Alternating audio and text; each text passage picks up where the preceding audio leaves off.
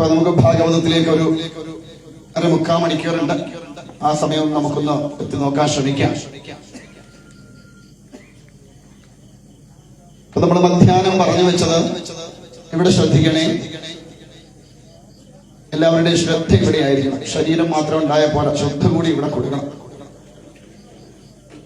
അപ്പോ മധ്യാഹ്നം നമ്മൾ പറഞ്ഞു വെച്ചത് ശ്രീശുക ബ്രഹ്മർഷി എത്തിക്കഴിഞ്ഞപ്പോൾ അദ്ദേഹത്തെ സ്വീകരിച്ച് ആനയെ ശിരത്തിക്കൊണ്ട് ശ്രീ പരീക്ഷിത് മഹാരാജാവ് ഒരു ചോദ്യം ചോദിച്ചു. ഈ ജീവനെ രക്ഷിക്കാൻ എന്താണ് ഉപാധി, അല്ലെങ്കിൽ മരണഭയമില്ലാതെയാവാൻ എന്താണ് ഉപാധി? അതിനാണ് ഭാഗവതം ശ്രീശുക ബ്രഹ്മർഷി ഉപദേശിച്ചു കൊടുക്കുന്നത്.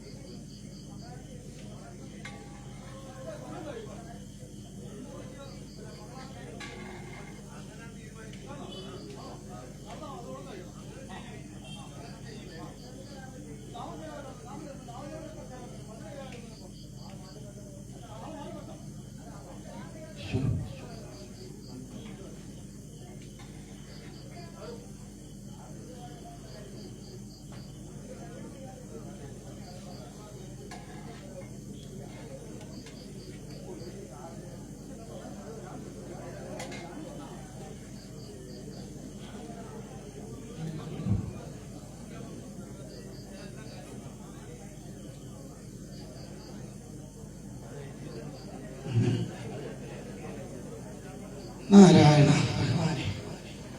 അപ്പോ പരീക്ഷിത് മഹാരാജാവ് ഭാഗവതം കേൾക്കാനായിട്ട് തയ്യാറായിട്ടിരുന്നു. എവിടെയായിരുന്നു? ഗംഗയുടെ തീരത്ത്. ഗംഗാതീരത്ത് ദർഭ വിരിച്ചിട്ടിട്ട് അതിൽ കയറി വടക്കോട്ട് നോക്കിയിരുന്നു എന്നാണ്. ഈ 4 ദിക്കുള്ളതിൽ വടക്കോട്ടാണ് ഇരുന്നത്. ഈ കിഴക്കോട്ടും പടിഞ്ഞാട്ടും ഒന്നും ഇരുന്നില്ല. ആര്? പരീക്ഷിത് മഹാരാജാവ്. എന്താ? നമ്മുടെ സങ്കല്പപ്രകാരം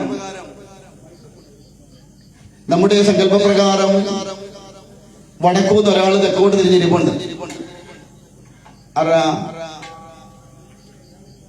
ദക്ഷിണാമൂർത്തി എന്ന് പറയുന്ന ലോക ഗുരുവായിരിക്കുന്ന ഭഗവാൻ.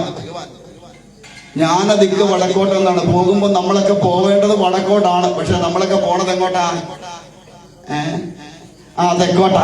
അതുകൊണ്ട് വട്ടം കറങ്ങി വീണ്ടും ഇവിടെ വന്നു കിടന്ന് ഇതുപോലൊക്കെ ചെയ്യേണ്ടി വരുന്നത്. നമ്മളൊന്നും വടക്കോട്ട് പോവാൻ ഇതുവരെ നമ്മൾ തയ്യാറായിട്ടില്ലാത്തത് കൊണ്ടാണ്. പോവേണ്ടത് വടക്കോട്ടാണ്, പക്ഷെ നമ്മളെല്ലാം തെക്കോട്ട് പോകണം.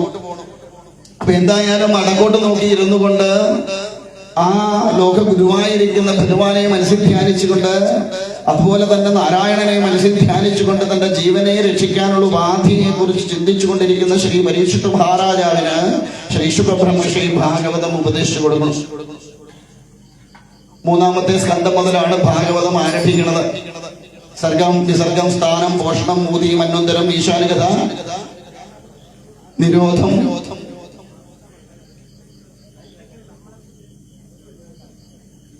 പിന്നെ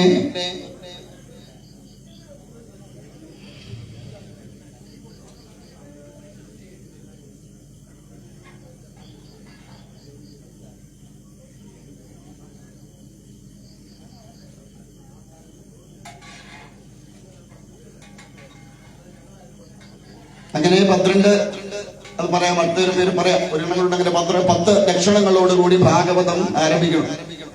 ചില നേരത്തെ ചിലത് വിട്ടുപോകും.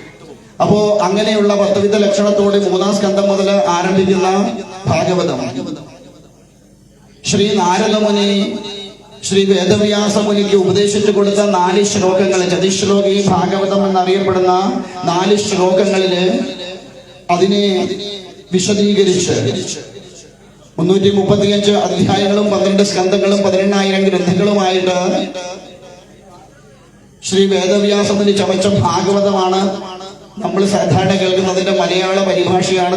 രാമാനുജത്തുഞ്ചത്തിനെഴുത്തച്ഛൻ എന്ന് പറയുന്ന മഹാത്മാവ് അതിനെ മലയാളീകരിച്ചത് കൊണ്ട് നമ്മൾ ഭാഗവതമൊക്കെ ഇങ്ങനെ കേൾക്കണം. മൂലഗ്രന്ഥമാണ് ഈ പറഞ്ഞ 12 സ്കന്ധങ്ങളിൽ കൂടി 335 അധ്യായം കൽപ്പിച്ചുകൊണ്ട് പറഞ്ഞു വെച്ചിരിക്കണം. അപ്പൊ എന്തായാലും അവിടെ വിതുര മൈത്രേയ സംവാദം എന്ന രൂപേണ ഭാഗവതം ആരംഭിക്കുകയാണ്. ആരംഭിക്കുമ്പോൾ അവിടെ വിതുരരും മൈത്രേയനും തമ്മിലുള്ള സംവാദത്തിന് കാരണമായി ഭവിക്കുന്നത് ഈ വിതുരര് നമ്മൾ വ്യാഖ്യാനത്തിൽ പറഞ്ഞു, ശ്രീ വേദവ്യാസ മുനിയുടെ പുത്രനായിരിക്കുന്ന വിതുരര് അദ്ദേഹം മഹാഭാരത യുദ്ധത്തിന് മുൻപ് തന്നെ അവിടെ നിന്ന് പോയിരുന്നു. കാരണം ഈ യുദ്ധത്തിലൊന്നും പങ്കെടുക്കാൻ അദ്ദേഹത്തിന് താല്പര്യമില്ലാത്തത് കൊണ്ട് അദ്ദേഹം അവിടെ നിന്ന് പോയി. അങ്ങനെ പോയി കഴിഞ്ഞിട്ട് കാലങ്ങൾക്ക് ശേഷം ഭഗവാന്റെ പരമഭക്തനായിരിക്കുന്ന ഭഗവാൻ കഴിച്ചതിന് ശേഷം മാത്രം കഴിയില്ലേ, ഭഗവാന്റെ ഉച്ഛിഷ്ടം കഴിക്കണം, ഭഗവാൻ ഉടുത്തിട്ട് മാറ്റിയിടുന്ന വസ്ത്രം എടുക്കണം, ഭഗവാൻ ഊരിയിട്ടിരിക്കണം ഹാരത്തെ കഴുത്തിലണിയുന്ന, അങ്ങനെ സദാ സർവത്ര ഭഗവാനോടൊപ്പം ഭഗവാൻ ചിന്തകളുമായിട്ട് നടക്കുന്ന ഉദ്ധവര്, പരമഭക്തനാണ്, പരമജ്ഞാനിയായിരിക്കുന്ന ഉദ്ധവര് ബദരിയാശ്രമത്തിൽ വെച്ചിട്ട് കാണുകയാണ്.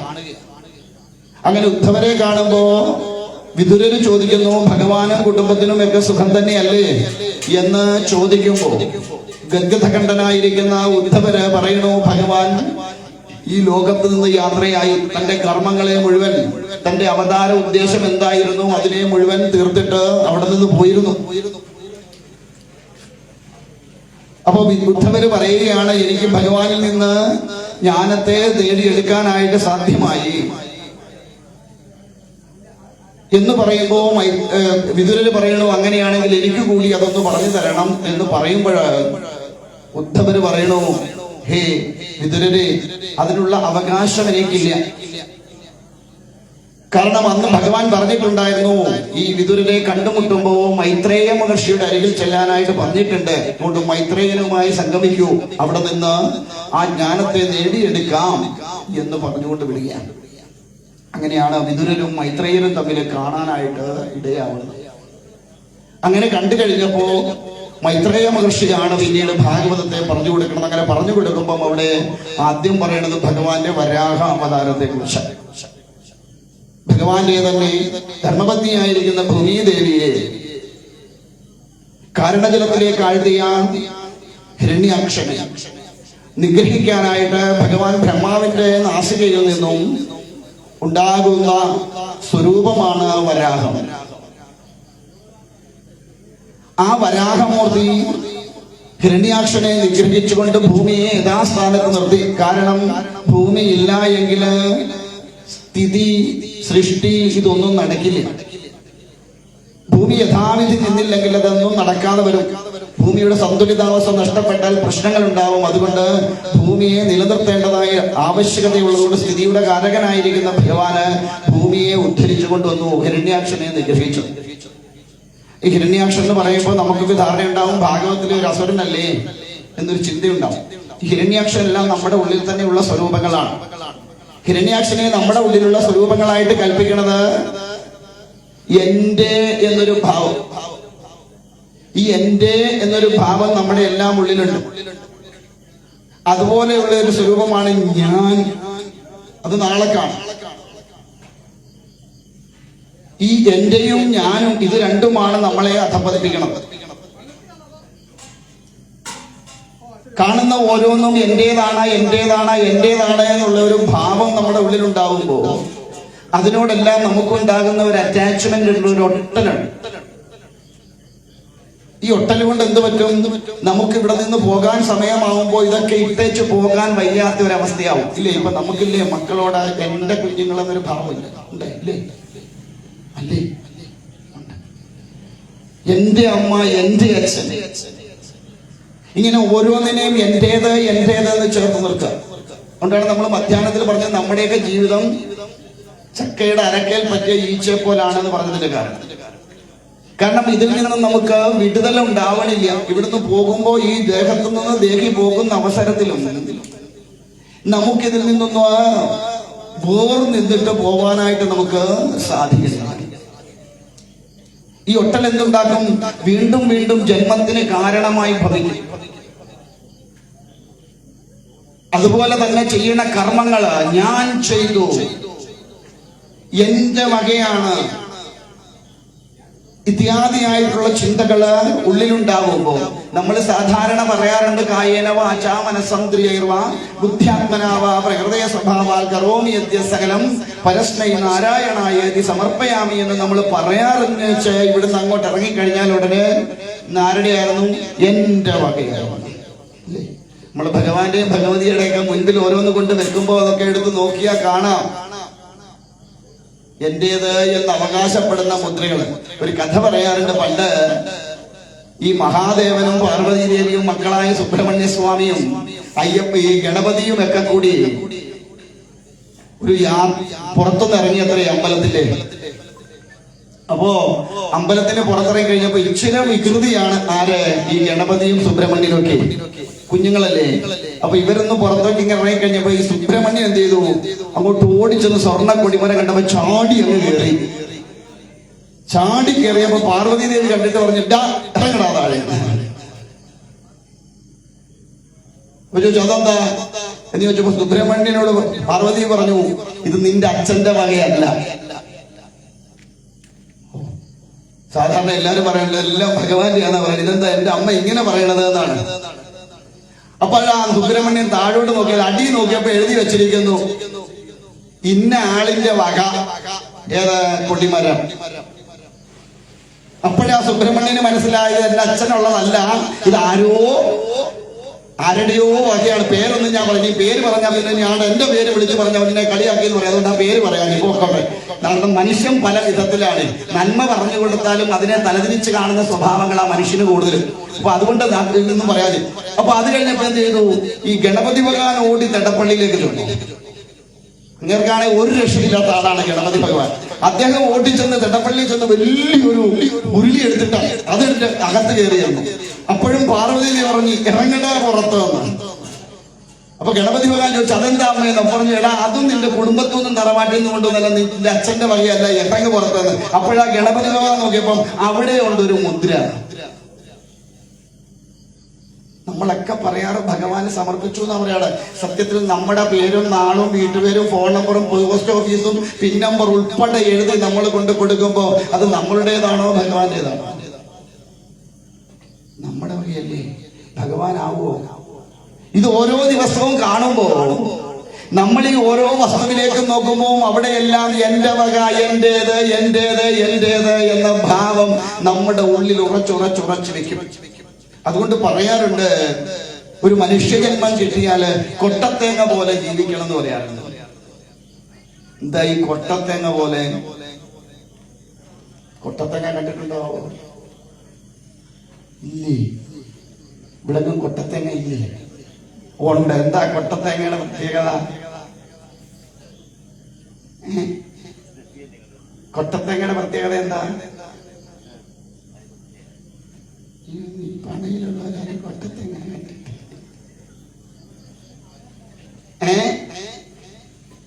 ചിരട്ടയിൽ നിന്ന് അതിന്റെ ബന്ധം വേറുപെട്ട് കിടക്കും. വെള്ളമില്ലാത്തത് ഉണങ്ങിയതൊന്നും അല്ല കൊട്ടത്തേങ്ങയുടെ പ്രത്യേകത.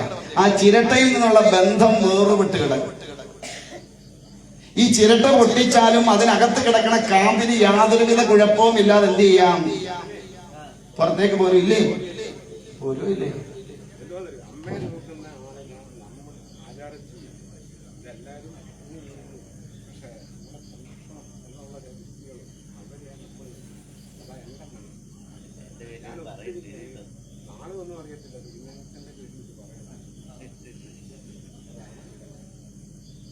അപ്പോ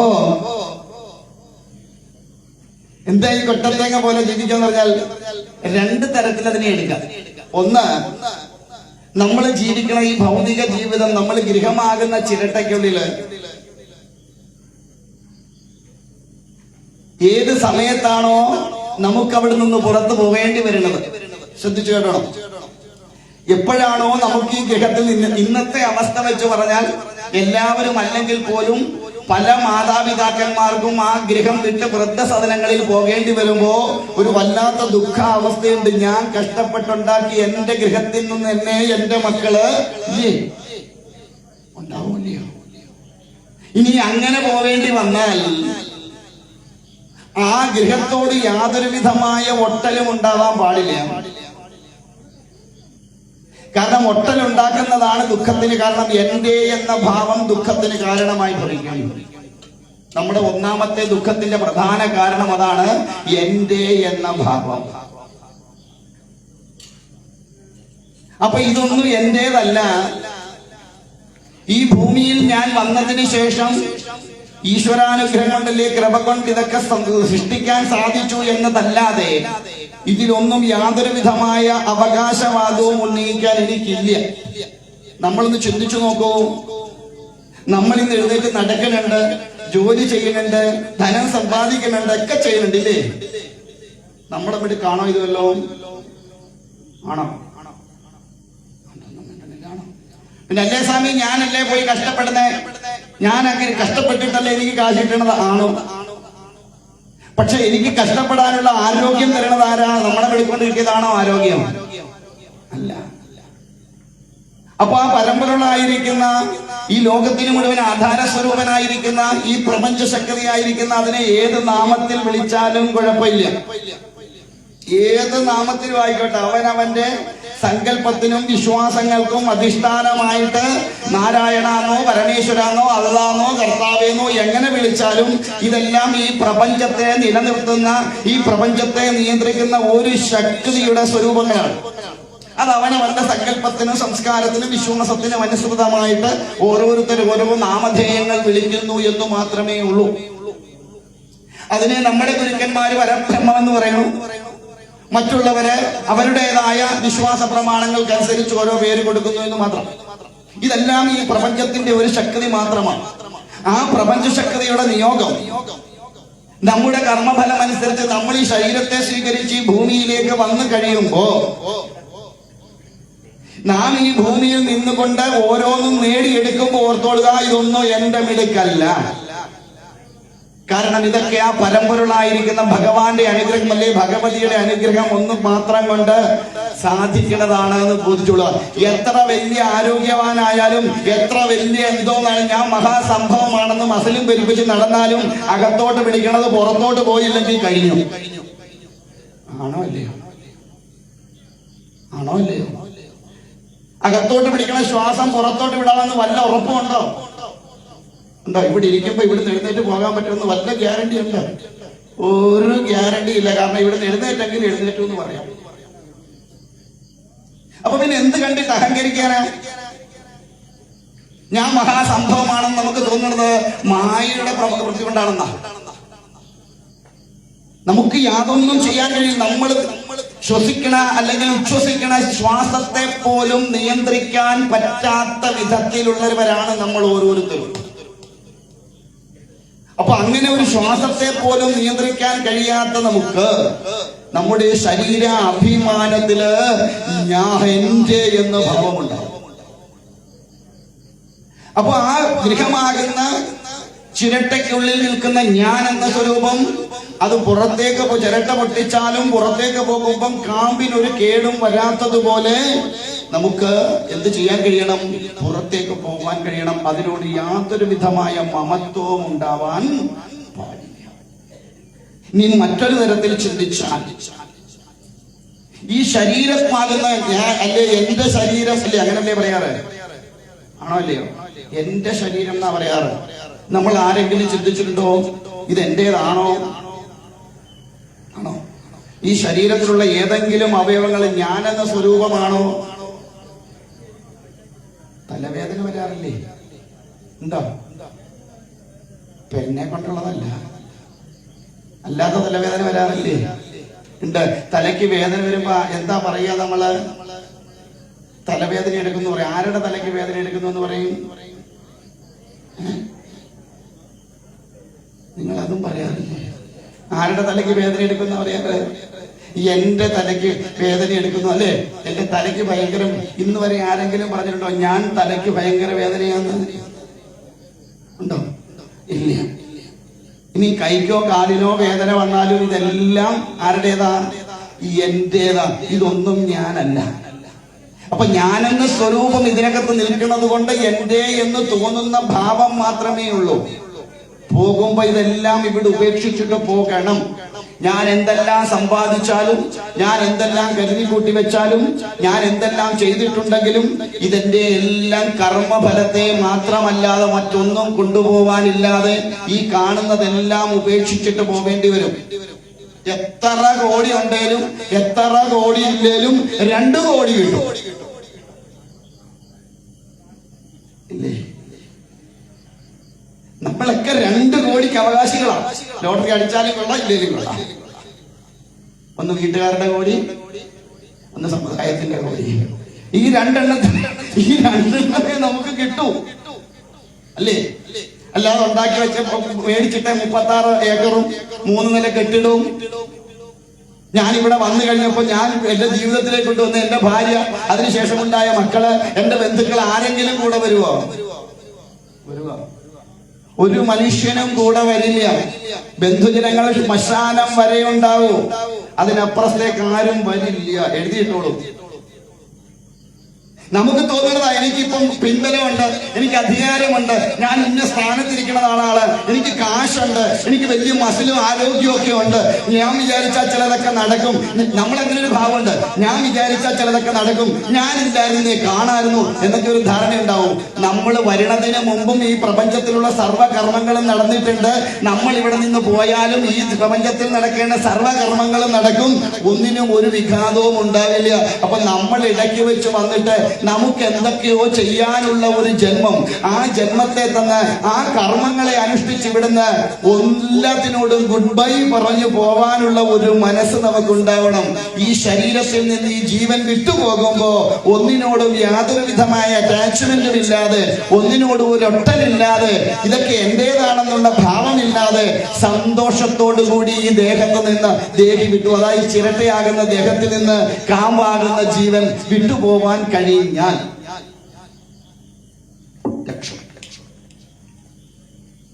ഇനി അതുകൊണ്ട് ഇന്ന് വീട്ടിൽ ചെന്ന് പറയുന്നത്, ചേട്ടാ ആചാര്യം പറഞ്ഞായിരുന്നു ഒന്നിനോടും യാതൊരുവിധ ഒട്ടലും ഉണ്ടാവാൻ പാടില്ല എന്ന്. അതുകൊണ്ട് ഇന്ന് മുതൽ ചേട്ടന്റെ വഴി, എനിക്ക് എന്റെ വഴി എന്ന് പറഞ്ഞ് പോകണം എന്ന് അങ്ങനെ പറഞ്ഞിട്ടില്ല കേട്ടോ. അങ്ങനൊന്നും ചെന്ന് പറഞ്ഞു കളയരുത്.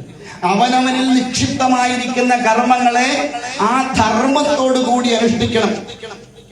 ഭാര്യയ്ക്ക് ഭാര്യയുടേതായ ധർമ്മമുണ്ട്, ഭർത്താവിന് ഭർത്താവിൻ്റെതായ ധർമ്മമുണ്ട്, മക്കൾക്ക് മക്കളുടേതായ ധർമ്മമുണ്ട്. ആ ധർമ്മങ്ങളെ മുഴുവൻ അനുഷ്ഠിച്ചുകൊണ്ട്, എന്നാൽ ഇതെല്ലാം ഏത് സമയത്തും തന്നിൽ നിന്നില്ലാതെയാവുന്നതാണ്, അല്ലെങ്കിൽ താൻ നാളെ ഇല്ലാതെയാവും എന്ന ബോധത്തെ ഉള്ളിൽ ഉറപ്പിച്ചുകൊണ്ട് ജീവിച്ചാൽ നമുക്ക് മരണഭയം ഉണ്ടാവില്ല, ഒന്നിനോടും യാതൊരുവിധ ഒട്ടലും ഉണ്ടാവില്ല. ഇതൊന്നും ഞാൻ പോകുമ്പം ഇവിടെ നിന്ന് കൊണ്ടുപോവില്ല എന്ന ബോധത്തെ ഉള്ളിൽ ഉറപ്പിച്ചു വെക്കുക. പക്ഷെ നമുക്ക് എന്തെടുത്താലും ഈ ഹിരണ്യാക്ഷൻ നമ്മുടെ കൂടെ ഉണ്ട്. എന്റേത് ഈ ഭാവത്തെ വിടണം. ഈ ഭാവം ഈ ജീവനെ മായാഭ്രമത്തിൽപ്പെടുത്തി ഈ എന്റെ എന്ന ഭാവത്തെ നിലനിർത്തിക്കൊണ്ട് ഇതിനെ നമ്മൾ അധപ്പതിച്ച് കീഴോട്ട് പോയിട്ട് അതിൽ നിന്നുകൊണ്ട് ഈ പ്രപഞ്ചത്തിൽ വന്നത് എന്തിനാണെന്ന് പോലും ഓർക്കാതെ മറന്ന് ഈ കാണുന്ന മിഥ്യയായിരിക്കുന്ന ഈ ഭൗതിക സുഖങ്ങളിൽ ആസക്തരായിക്കൊണ്ട് നമ്മൾ അതിൽ മുഴുകി ജീവിച്ചു പോകുക. അതുകൊണ്ട് വന്നത് എന്തിനാണെന്ന് നമുക്കൊരു ബോധവും ഇല്ല. ഈ ബോധത്തെ ഊട്ടി ഉറപ്പിക്കണം. ഇത് എന്റേതല്ല. വ്യാവഹാരികമായിട്ട് നമുക്ക് പറയാം എന്റേത്, പക്ഷെ അതില് മമത്വം ഉണ്ടാവാൻ പാടില്ല. ഓരോ വസ്തുക്കൾ എടുക്കുമ്പോഴും എന്റേതെന്നുള്ള അഹംബോധം ഉള്ളിൽ ഉണ്ടാവാൻ പാടില്ല. അത് നമ്മളെ വല്ലാതെ ഉഴട്ടും. അതുകൊണ്ട് ഹിരണ്യാക്ഷൻ എന്ന സ്വരൂപത്തെ നമ്മുടെ ഉള്ളിൽ നിന്നില്ലാതെയാക്കണം. ഒരു ഈശ്വര അന്വേഷി ആദ്യം തന്റെ ഉള്ളിൽ നിന്ന് ഇല്ലാതെയാക്കേണ്ട ഭാവമാണ് എന്റേത്. ശരിക്കും ഭാഗവതം എന്ന് പറയുന്നത് ഒരു ഈശ്വര അന്വേഷിക്കുള്ളതാണ്. കാരണം ഈ പ്രപഞ്ചത്തിൽ നിന്ന് മുക്തമായിക്കൊണ്ട് ഈ ജീവനെ രക്ഷപ്പെടുത്തിക്കൊണ്ട് പോവാൻ വേണ്ടിയുള്ളവർക്കുള്ളതാണ് സത്യത്തിൽ ഭാഗവതം. പക്ഷെ പിന്നെന്താ നമ്മൾ ഗൃഹസ്ഥരായിട്ടുള്ള നമ്മൾ ഇത് കേൾക്കുന്നത്? ഇതിങ്ങനെ കേട്ട് നിരന്തരമായിട്ട് ഈ ചിന്തകളെ ഉള്ളിൽ ഉറപ്പിച്ചുകൊണ്ട് നമ്മളും ഞാൻ ആര് എന്ന സ്വരൂപത്തെ അന്വേഷിക്കാൻ തുടങ്ങി. അതിനു വേണ്ടിയിട്ടാണ് ഞാനെന്ന സ്വരൂപം ഈ കാണുന്ന ശരീരമല്ല. രാവിലെ കപിലവാസുദേവൻ അമ്മയ്ക്ക് പറഞ്ഞു കൊടുക്കും, എപ്പോഴാണോ മാതാവേ ഈ എന്റേതല്ല എന്ന ഭാവത്തിലേക്ക് ചിന്തിക്കാൻ കഴിയണത്, അപ്പൊ ഒരു സ്റ്റെപ്പ് കടന്നു. പിന്നെയോ രണ്ടാമത്തെ സ്റ്റെപ്പാണ് നിഷ്കാമമായിരിക്കുന്ന ഭക്തി, ഒന്നും ആഗ്രഹിക്കാതെയുള്ള ഭക്തി. ഭഗവാനെ പോലും എന്റേതെന്ന് പറയാൻ പാടില്ല എന്നാ പറയാം. ഒന്നും ആഗ്രഹിക്കാതെ സാത്വികമായിരിക്കുന്ന ഭക്തി. ഭക്തി 2-3 തരത്തിലുണ്ട്. രജസ്, തമസ്, സാത്വികം എന്ന് പറയുന്ന 3 വിധത്തിലുണ്ട് ഭക്തി. അതും കടന്ന് നിർഗുണമായിരിക്കുന്ന ഭക്തി, യാതൊരുവിധമായ തരത്തിലുമുള്ള കാംക്ഷകളില്ലാതെ ഭഗവാനെ ശരണം പ്രാപിക്കാം.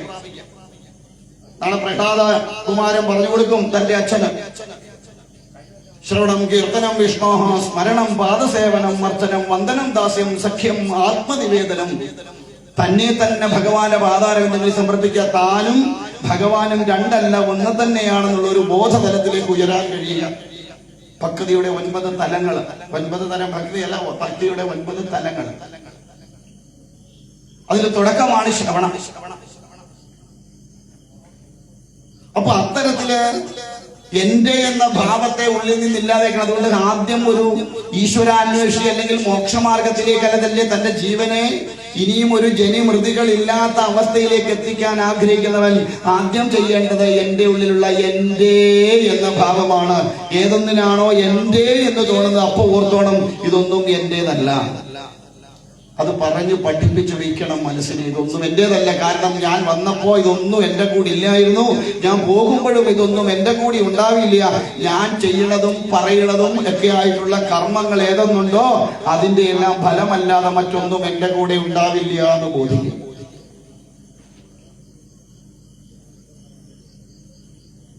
അവിടുന്ന് മുന്നോട്ട് കിടക്കുമ്പോ ദേവഹൂതിയാവുന്ന അമ്മയ്ക്ക് മുമ്പേ പറഞ്ഞ കപിലവാസുദേവൻ ഭഗവാൻ തന്നെ എന്ത് ചെയ്യുന്നുണ്ട്, പുത്രനായിട്ട് ജനിച്ചുകൊണ്ട് അമ്മയെ മോക്ഷമാർഗത്തിലേക്ക് നയിക്കുന്നുണ്ട്. അവിടെ ദേവഹൂതി ചോദിക്കുന്നുണ്ട്, ഹേ പുത്ര എന്നല്ല വിളിക്കുക, ഹേ ഭഗവാനേ എന്നാ. കാരണം പുത്രൻ ഭഗവത് സ്വരൂപമാണെന്ന് തിരിച്ചറിഞ്ഞ നിമിഷം അമ്മയുടെ ഭാവം മാറി. നമ്മുടെയൊക്കെ മക്കളിനി ഏതെങ്കിലും എത്ര വലിയ ഉയർത്തിലേക്ക് ഉയർന്നാലും വലിയൊരു സന്യാസി ശ്രേഷ്ഠനായാലും നമ്മുടെ ഉള്ളിൽ എന്തുണ്ടാവും? എന്റെ മകൻ എന്നൊരു ഭാവം ഉണ്ടാവും, ഇല്ലേ? ഈശ്വര സാക്ഷാത്കാരം നേടിയവനാണ് തന്റെ പുത്രനെന്ന് ബോധ്യം വന്നാൽ പിന്നെ അവിടെ എന്റെ എന്ന മകനെന്ന ഭാവമില്ല, അവിടെ ഭഗവത് സ്വരൂപമാണ്. അതുകൊണ്ട് പറയുന്നുണ്ട്, ഹേ ഭഗവാനെ, ഈ മായാപ്രപഞ്ചത്തിൽ നിന്ന് മുക്തമാവാൻ എന്താണ് ഞാൻ ചെയ്യേണ്ടത്? പറഞ്ഞു കൊടുക്കും, ഹേ മാതാവേ, മുമ്പേ ഞാൻ പറഞ്ഞ എന്റെ എന്ന ഭാവമില്ലാതിരിക്കുക, ഒന്ന് സാത്വികമായിരിക്കുന്ന ഭക്തി. പിന്നെയോ മൂന്നാമത് പറഞ്ഞു കൊടുക്കും അവിടെ സത്സംഗം. സത്സംഗത്തിൽ കൂടി മാത്രമേ മുക്ത അവസ്ഥയിലേക്ക് എത്താൻ പറ്റുകയുള്ളൂ. അതുകൊണ്ടാണ് സത്സംഗത്വേ നിസ്സംഗത്വം, നിസ്സംഗത്വേ നിർമോഹത്വം, നിർമോഹത്വേ നിശ്ചലതത്വം, നിശ്ചലതത്വേ ജീവൻ മുക്തി. അതിന്റെ അടിസ്ഥാനം സത്സംഗമാണ്. ആ സത്സംഗത്തിൽ നമുക്ക് പങ്കെടുക്കാൻ കഴിയുന്നുണ്ടെങ്കിൽ അത് തന്നെ ഭഗവത് കടാക്ഷം. എല്ലാവർക്കും ഒന്നും പറ്റില്ല അത്. അപ്പൊ ഈശ്വരാനുഗ്രഹം ഒന്നുകൊണ്ട് മാത്രം സാധിക്കുന്ന ഒന്നാണ് ഈ സത്സംഗം എന്ന് പറയുന്നത്. സത്തുക്കളുമായിട്ട് സംഗമം ഉണ്ടാവുക അത് വളരെ ദുർലഭമാണ് എന്ന് പറയാം. സജ്ജനവുമായിട്ട് സംസർഗം ഉണ്ടാവണമെങ്കിൽ അത് വളരെ ദുർലഭമാണ്. അതുകൊണ്ട് സജ്ജന സംസർഗം ഉണ്ടാവണം. ആരായി സജ്ജനം? സജ്ജനം ഒരിക്കലും യാതൊരു വിധത്തിലുള്ള പ്രാപഞ്ചിക വിഷയങ്ങളോടല്ല ആസക്തി, എപ്പോഴും ഈ ബ്രഹ്മത്തോടല്ല ഈശ്വരനോട് മാത്രമായിരിക്കും ഒരു സത്സംഗിയുടെ ചിന്ത. നമുക്ക് വിവിധങ്ങളായ വിചാരങ്ങളാണ്, അല്ലേ?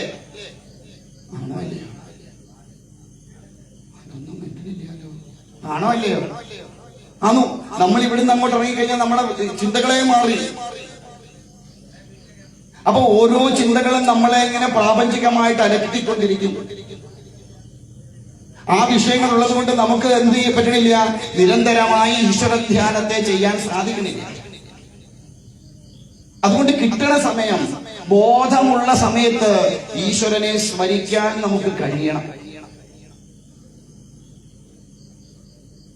ആ സത്സംഗത്തിൽ കൂടി ഈ പ്രപഞ്ചവുമായിട്ടുള്ള ബന്ധത്തെ ഇല്ലായ്മ ചെയ്യാൻ സാധിക്കും. നല്ല ഗുരുനാഥനെ കയ്യിൽ കിട്ടിയാൽ, അല്ലെ നല്ലൊരു ഗുരുനാഥന്റെ അനുഗ്രഹം പ്രാപ്തമാക്കാൻ കഴിഞ്ഞാൽ നമുക്ക് ഈ മായാബന്ധത്തിൽ നിന്ന് മുക്തമാക്കാൻ ആ ഗുരുനാഥന് സാധിക്കും. അങ്ങനെയുള്ള സജ്ജന സംസർഗം ലഭിക്കുക എന്നത് വളരെ ദുർലഭമാണ്. ഒരു മനുഷ്യജന്മത്തിൽ വളരെ ദുർലഭമാണ് സജ്ജനങ്ങളെ കിട്ടുക എന്നത്. സത്തുമായിട്ട് ലയം പ്രാപിച്ചിരിക്കുന്നവനാരോ സത്ത്, സച്ചിദാനന്ദ സ്വരൂപൻ, സത്ത് ചിത്ത ആനന്ദ സ്വരൂപനായിരിക്കുന്ന ഭഗവാൻ. ആ ഭഗവാനെ അറിഞ്ഞ് അതിൽ അനുഭൂതിയില്ല ലയിച്ചു നിൽക്കുന്ന ഒരു ഗുരുവിനെ അല്ലെ ഒരു സജ്ജനത്തെ കിട്ടിയാൽ ഈ ജന്മം രക്ഷപ്പെടും. അപ്പൊ അതുകൊണ്ട് പറഞ്ഞു കൊടുക്കുന്നു, ഹേ മാതാവേ, സജ്ജന സംസർഗം, സത്സംഗമാണ് ഈ മോക്ഷത്തിലേക്ക് എത്താൻ ഏറ്റവും ഉത്തമമായ മാർഗം. അതിനോ നിരന്തരമായ നാമസങ്കീർത്തനം. നമ്മൾ എത്ര നേരം നാമം ജപിക്കും? വീട്ടിൽ വിളക്ക് കൊളുത്തിയ നാമജപം ഉണ്ടോ? എത്ര നേരം ജപിക്കും? രാമ രാമ രാമ രാമ രാമ രാമ രാമ രാമ കഴിഞ്ഞു അല്ലേ? എവിടെ നിന്ന് പറയുന്ന അരാകൃതി എന്നെയൊക്കെ ഒന്ന് കര കയറ്റണേ അല്ലേ എന്നൊക്കെ പറഞ്ഞിട്ട് നമ്മൾ എഴുന്നേറ്റ് പോകും. നമ്മുടെ മനസ്സിനെ പൂർണ്ണമായിട്ടും ഈശ്വരങ്കലേക്ക് അർപ്പിച്ചുകൊണ്ട് നമുക്ക് നാമം ജപിക്കാൻ പറ്റുന്നുണ്ടോ? അതിനിടയ്ക്കായിരിക്കും കൂപ്പറിന്റെ വിസിലടിക്കുക അല്ലെ? എന്നിട്ട് അത് ഓഫ് ചെയ്യാനായിട്ട് പോകും, അല്ലെ അത് ഓഫ് ചെയ്യാൻ പറയില്ലേ? ഓരോരുത്തരും സത്യസന്ധമായ കാര്യം ഓരോരുത്തർ ചിരിക്കണേ ഉണ്ടോ? ഇല്ലേ? അപ്പൊ നമ്മളിങ്ങനെ ഈ പ്രാപഞ്ചിക വിഷയങ്ങളെ കൂടി എന്താ ഇതൊക്കെ വേണ്ടേന്ന് ചോദിച്ചാൽ വേണം. പക്ഷെ ഇവളവൻ പറയാറുണ്ട്, നാമം ജപിക്കാൻ എത്ര മിനിറ്റ് ഇരിക്കണുണ്ടോ അത്രയും മിനിറ്റെങ്കിലും മറ്റുള്ള വിഷയങ്ങൾ. അപ്പൊ കുക്കറിൽ അടിക്കണം എന്നുണ്ടെങ്കിൽ ആ കുക്കറിനകത്ത് വെക്കാനുള്ളത് വെച്ചു നാമം ജപിച്ചാൽ മതി. അല്ലെ ഇത് കഴിഞ്ഞിട്ട് വെച്ചാൽ മതി കുക്കറിൽ. ഞാൻ പറയണത് മനസ്സിലാവുന്നുണ്ടോ? കൂടുതൽ അമ്മമാരങ്ങനെ അല്ലേ? അടിക്കുമ്പോ അതൊന്നും ഓഫ് ചെയ്തേ. നാരായണ നാരായണ നാരായണ നാരായണ. അപ്പൊ അവിടെ നമുക്ക് നമ്മുടെ മനസ്സിനെ പൂർണ്ണമായിട്ടും ഈശ്വരങ്കലേക്ക് കൊടുക്കാനോ ഏകാഗ്രമായിട്ട് മനസ്സിനെ നിർത്തിക്കൊണ്ടോ നമുക്ക് ഈശ്വര ഭജനം സാധ്യമാവണില്ല. അപ്പൊ ഇങ്ങനെയുള്ള വിഷയങ്ങളൊക്കെ വിട്ടിട്ട് മാറ്റി ഇരുത്തിക്കൊണ്ട് നമുക്ക് മനസ്സിനെ പൂർണ്ണമായിട്ടും ഏതൊരു പറയാറുണ്ട്, ഏത് കർമ്മം ചെയ്താലും അത് ശ്രദ്ധയോടുകൂടി ചെയ്യണം. ശ്രദ്ധയുള്ളവനെ ജ്ഞാനമുണ്ടാവുന്ന. അപ്പൊ ഏത് കർമ്മം ചെയ്താലും ആ കർമ്മത്തിലായിരിക്കണം നമ്മുടെ ശ്രദ്ധ. നിങ്ങളിപ്പോ ഒന്ന് ആലോചിച്ച് നോക്കൂ, ഞാൻ ഇവിടെ ഇരുന്നുകൊണ്ട് ഇതൊക്കെ പറയാൻ തുടങ്ങുമ്പോഴേ ഞാൻ മറ്റുള്ള വിഷയങ്ങളിലാണ് എന്റെ മനസ്സ് പോണതെങ്കിൽ എന്തെങ്കിലും പറയാൻ പറ്റുമോ?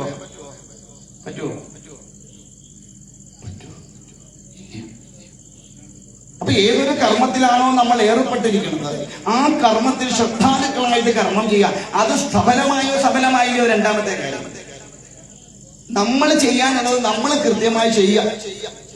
എന്നാൽ 100% പെർഫെക്റ്റ് ആയിട്ടാണോ? ഒന്നും അസാധ്യമാവില്ല.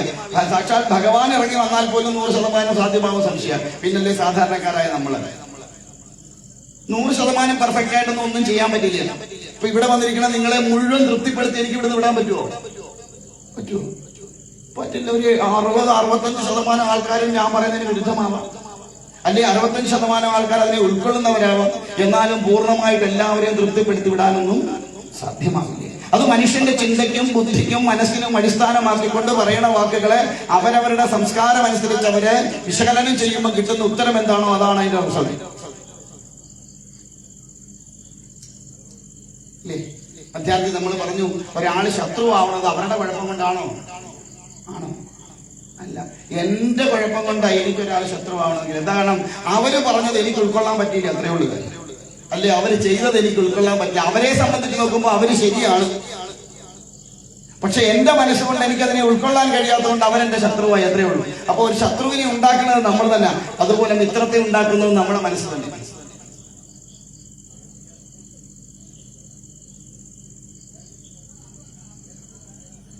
അപ്പൊ അതുകൊണ്ട്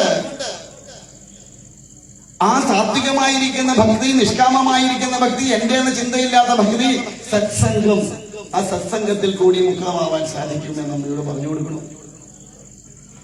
നിരന്തരമായിരിക്കുന്ന ഈശ്വര സ്മരണ. അടുത്തത്, അതിൽ കൂടി നമ്മുടെ മനസ്സിനെ പിടിച്ചടക്കാൻ പറ്റും. ഞാനിവിടെ ആ സർവദേവതാ സ്തുതി ജപിച്ചപ്പോ ഞാൻ നോക്കിയിരുന്നു, എല്ലാവരും ഇങ്ങനെ ഇരിപ്പുണ്ട്.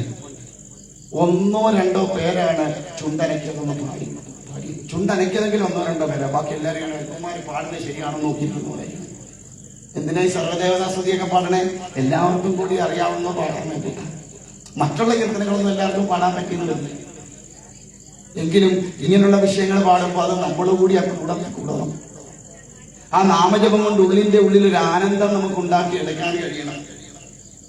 അപ്പോൾ മാത്രമാണ് നമുക്കതിന്റെ സുഖത്തെ അനുഭവിക്കാൻ സാധ്യമാവുക. പാടുന്നത് ഒക്കുന്നുണ്ടോ ഇല്ലയോ? ഇപ്പൊ ഞാൻ പാടിയിട്ട് ഒത്തിട്ടാണ് ഈ പറവറാന്നുള്ള ശബ്ദത്തിൽ ഞാൻ പാടിയത്. ഒന്നും പാടാൻ അറിഞ്ഞിട്ടൊന്നുമല്ല. പിന്നെ അങ്ങ് പാടുക എന്റെ ഒരു സന്തോഷത്തിന്, ആരെയും സുഖിപ്പിക്കാനല്ല, എന്റെ സന്തോഷത്തിലാണ്. നമ്മളെല്ലാം ചെയ്യുന്നത് നമ്മുടെ സന്തോഷത്തിന് വേണ്ടിയിട്ടാണ്, അല്ലേ? ആണല്ലേ? നമ്മൾ ഏതൊരു കാര്യം ചെയ്താലും മറ്റൊരാളെ തൃപ്തിപ്പെടുത്താനാണോ? ആണോ? നിങ്ങളൊക്കെ വീട്ടിൽ ആഹാരം പാകം ചെയ്യണത് ആരെ തൃപ്തിപ്പെടുത്താനാ?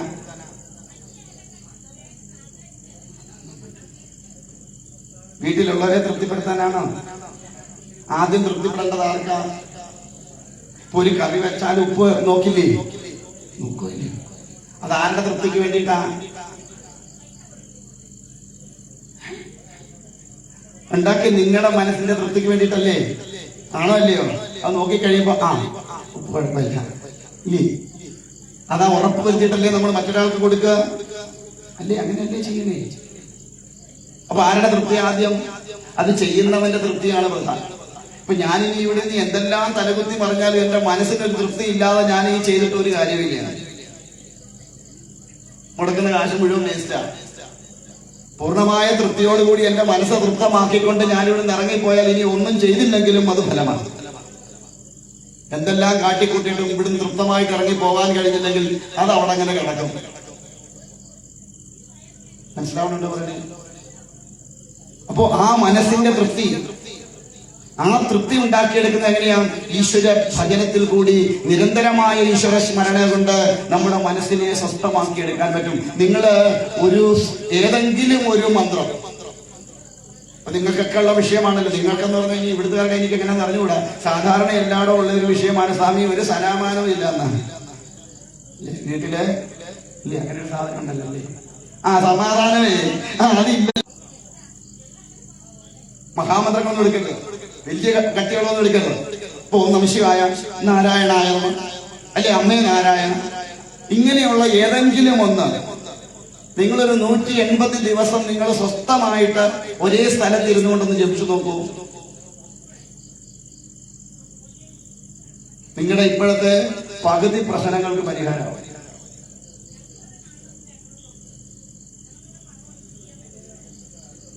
സംശയമല്ല. പക്ഷെ അതിനിടയ്ക്ക് വേറെ വിഷയങ്ങളൊന്നും കൊണ്ടുവരരുത്. മനസ്സിലാവുന്നുണ്ടോ ഞാൻ പറയണേ? പിടികിട്ടുണ്ടോ പറയണേ? നിങ്ങൾ അങ്ങനെ ഒന്ന് ചെയ്തു നോക്കൂ, നിങ്ങളുടെ ജീവിതത്തിന് മാറ്റം ഉണ്ടാവും. അതുകൊണ്ട് ഏതെങ്കിലും ഒരെണ്ണം, എല്ലാം കൂടെ വലിച്ചു വാരി ജപിക്കണ്ട, ഏതെങ്കിലും ഒരെണ്ണം ഒരു 20 മിനിറ്റ് വീതം മനസ്സ് ഉറപ്പിച്ചോ നിങ്ങളൊന്ന് ജപിച്ചു നോക്കൂ. മാറ്റമുണ്ടോ? കാരണം നമ്മൾ നമ്മുടെ മനസ്സിനെ പൂർണ്ണമായി അർപ്പിച്ചുകൊണ്ട് ഭഗവതിയുടെ പാതാരങ്ങളിലേക്ക് സമർപ്പിച്ചുകൊണ്ട് ഈശ്വരിയെ ഭജിക്കുന്നത് കൊണ്ടാണ്. അദ്ദേഹത്തെ കാലങ്ങളോളം ശുശ്രൂഷിച്ചു, ഒരു തപസ്വിയായി നിന്നുകൊണ്ട്. അതുകൊണ്ട് തപസ്സിന് പ്രശ്നമൊന്നുമില്ല. അങ്ങനെ നിരന്തരമായിരിക്കുന്ന ഭർത്തൃ ശുശ്രൂഷ കൊണ്ട്, തപസ്സിനായിരിക്കുന്ന ഭർത്താവിനെ ശുശ്രൂഷിച്ചത് കൊണ്ട്, ആ തപസ്സിന്റെ ഫലം തന്നിൽ കൂടി കടന്നു വന്നതുകൊണ്ട് വേഗം തന്നെ ഇതിൽ നിന്ന് മുക്തമാവാൻ സാധിച്ചു. അതുകൊണ്ട് ആ പണ്ട് കാലത്ത് ബ്രഹ്മചര്യം ഗുരുവിന്റെ അടുത്ത് ഉണ്ടോ ഇല്ലേ? ഒന്നും മിണ്ടുന്നില്ലല്ലോ. ഞാൻ പറയണതെല്ലാം പിടിയിട്ടുണ്ടോ? ഉണ്ട്. അല്ലെ പിന്നെ ഞാൻ വായിട്ട് പറയണതിൽ യാതൊരു അർത്ഥമില്ല. ആർക്കും മനസ്സിലാവണില്ല. പിന്നെ എന്റെ ശബ്ദം വെറുതെ കളയാൻ പോകുന്ന സതീദേവിയാണ് മഹാദേവൻ വിവാഹം കഴിക്കണം. ഭഗവതിയാണ് ദക്ഷനപുത്രിയായിട്ടുണ്ടായത്. ശക്തി സ്വരൂപിണിയായിരിക്കുന്ന ഭഗവതിയാണ് ദക്ഷനപുത്രിയായി വന്നതെന്ന് പറയും. അല്ലേ? ആണ്. വന്നപ്പോ തന്നെ വേണ്ടതായ മാർഗനിർദ്ദേശങ്ങളൊക്കെ ഏതഗ്നിയിലാണ്?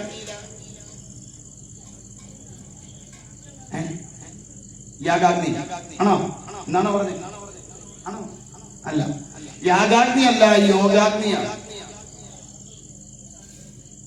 യാഗാഗ്നി എന്ന് പറയുന്നത് ഇതൊന്നും എന്നെ ഏൽക്കണില്ല, ഞാനെന്ന സ്വരൂപത്തെ ഒന്നും ഏൽക്കണില്ല. അപമാനിച്ചാലും പുകഴ്ത്തിയാലും ഇകഴ്ത്തിയാലും ഒന്നും ഞാനെന്ന സ്വരൂപത്തെ ഒന്നും ബാധിക്കില്ല. ശരീരത്തിനെയാണ് ബാധിക്കുക. ശരീരം ഞാനെന്നുള്ള ബോധം ഉറച്ചത് കൊണ്ടാണ് എന്നെ കൊണ്ട് ഒന്നിനും ഭ്രമിക്കാതിരിക്കാനുള്ള അവസ്ഥ അത് മനസ്സിലുണ്ടാക്കിയെടുക്കണം. അപ്പൊ എന്ത് കേട്ടാലും, പുകഴ്ത്തല് കേട്ടാലും ഇകഴ്ത്തല് കേട്ടാലും രണ്ടിനെയും ഒരുപോലെ കാണാൻ നമ്മുടെ മനസ്സിനെ നമ്മൾ പാകപ്പെടുത്തിയെടുക്കണം.